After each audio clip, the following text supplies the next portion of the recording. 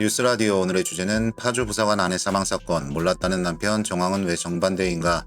지난 13일 방송된 SBS 그것이 알고 싶다에서 파주에서 벌어진 부사관 아내 사망 사건이 다뤄졌습니다. 사건은 지난달 17일 오전 남편의 신고로 시작됐습니다. 아내 A씨는 병원으로 옮겨졌지만 이튿날 폐혈증으로 숨졌고 병원 측 신고로 남편 정씨는 긴급 체포됐습니다. 현장에 출동한 119 구급대원의 증언은 충격적이었습니다.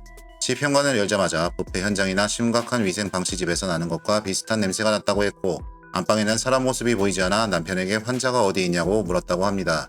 그때 발견된 A씨는 침대 옆 1인용 소파에 누워 있었고 목까지 이불을 덮은 상태였으며 휴대전화 거치대가 얼굴을 가릴 정도였다고 전해졌습니다.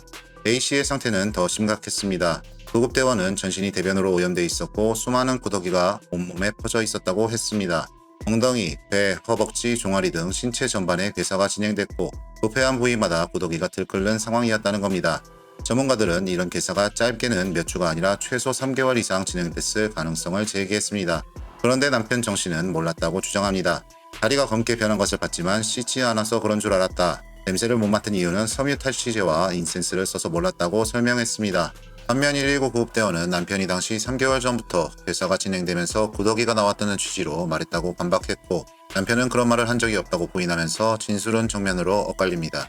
방송은 정말 몰랐을 수 있나라는 의문을 뒷받침하는 정황도 내놨습니다.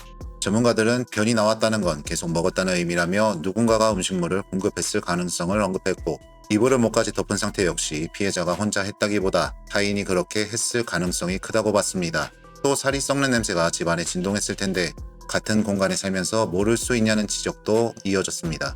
추가로 전기요금과 수도 사용량이 사건 시점부터 전년도보다 늘었다는 내용도 나왔습니다.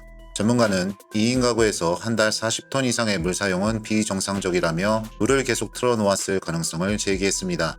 냄새를 숨기려 했던 것 아니냐는 의혹이 나오는 이유입니다.